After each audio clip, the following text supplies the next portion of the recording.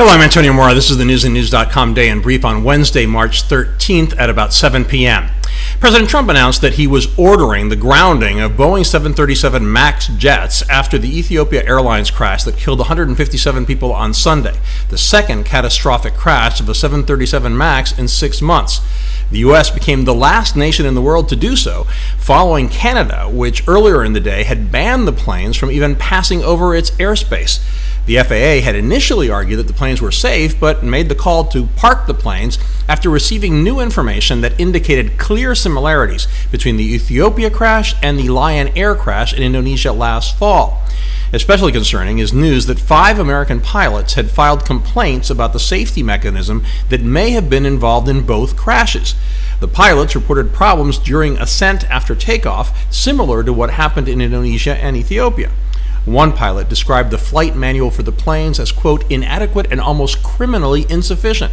Another said it was unconscionable to allow pilots to fly the planes without adequate training or full disclosure of how the new 737s had systems that were different from older models.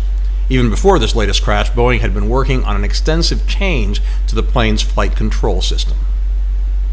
A federal judge in Washington, D.C. sentenced former Trump campaign chairman Paul Manafort to an additional 3.5 years in prison beyond the 47-month prison term he received from a federal judge in Virginia.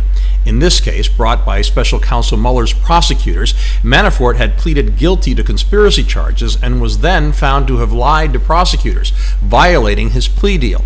Trump said he feels very badly for Manafort because, quote, on a human basis, it's a very sad thing. He insisted he has not yet considered a pardon. Right after today's sentence was handed down, the Manhattan District Attorney's Office announced that a grand jury had indicted Manafort on state charges that included residential mortgage fraud. A presidential pardon would not extend to those New York charges.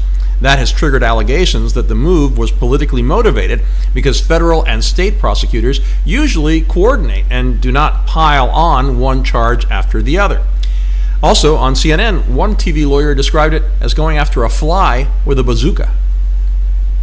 Actress Lori Loughlin surrendered to authorities today in Los Angeles as outrage grows across the country over a breathtakingly brazen nationwide college admissions cheating plot.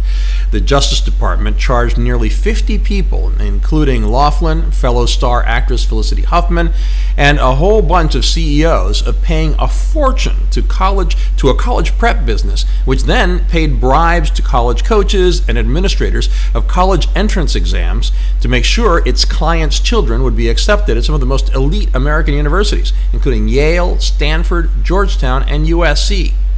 Huffman was arrested yesterday and was released on bail after appearing in federal court. Loughlin appeared in court this afternoon and posted bond as well. The head of the business wore a wire for the FBI to gather evidence against his clients. The FBI operation, designated as Operation Varsity Blues, began 10 months ago. The details of the fraud are stunning and worth a read. The colleges themselves have not been charged. If so much were at stake, I'd say Brexit has turned into a comedy of confusion. Today, the UK's Parliament narrowly voted to block the country from exiting the EU without a deal, something most analysts believe would be extremely disruptive to Britain and the rest of Europe. This follows an overwhelming rejection yesterday of British Prime Minister Theresa May's latest agreement with the EU. Now, Parliament will vote tomorrow on whether to extend the Brexit process beyond its March 29th deadline. However, the EU warned that voting against no-deal Brexit doesn't stop it, because by law, Britain leaves the EU on that date unless there is a deal. The crisis is increasing the chances of a new referendum to confirm what the British public wants. Another possibility is a softer deal that would keep close ties with the EU. Colorado Springs registered a wind gust of 97 miles an hour, equivalent to a Category 2 hurricane, as 70 million Americans are in the path of a so-called bomb cyclone. It's bringing hurricane-force winds, blizzard conditions, and the threat of flooding from the Rockies to the upper Midwest. Hundreds of thousands of people in various states have lost power. The National Weather Service issued a blunt warning that travel will be extremely dangerous throughout a broad area of the country. More than 1,900 flights have been canceled, most of them in and out of Denver International Airport. Multiple school districts were closed, and state offices were shut down in Wyoming and South Dakota.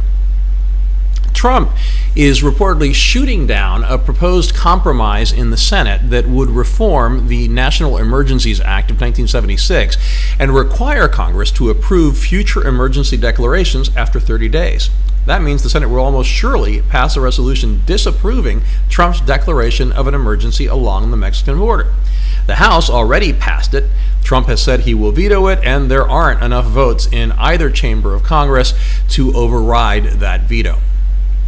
Transcripts show that former FBI lawyer Lisa Page testified behind closed doors to a congressional committee that the Obama Department of Justice ordered the FBI to not consider charging Hillary Clinton with gross negligence, and that the FBI was repeatedly forced to push back against DOJ efforts to intrude on the Clinton email investigation.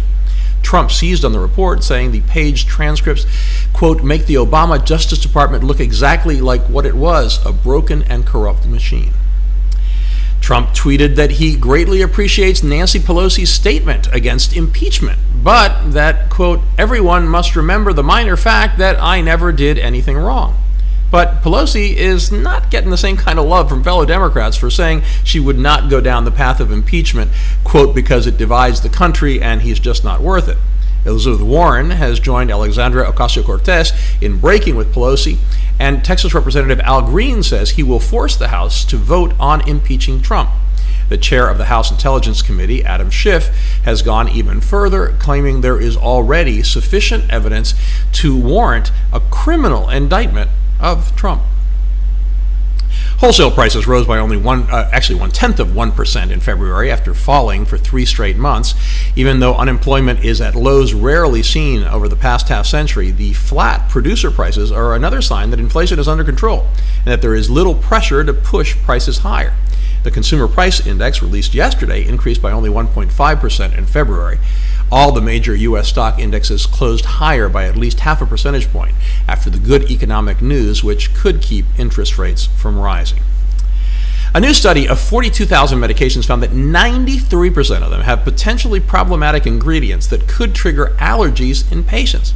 And 55% of pills contain a class of sugars that can cause digestive problems in people with irritable bowel syndrome, the remedy being possibly worse than a disease.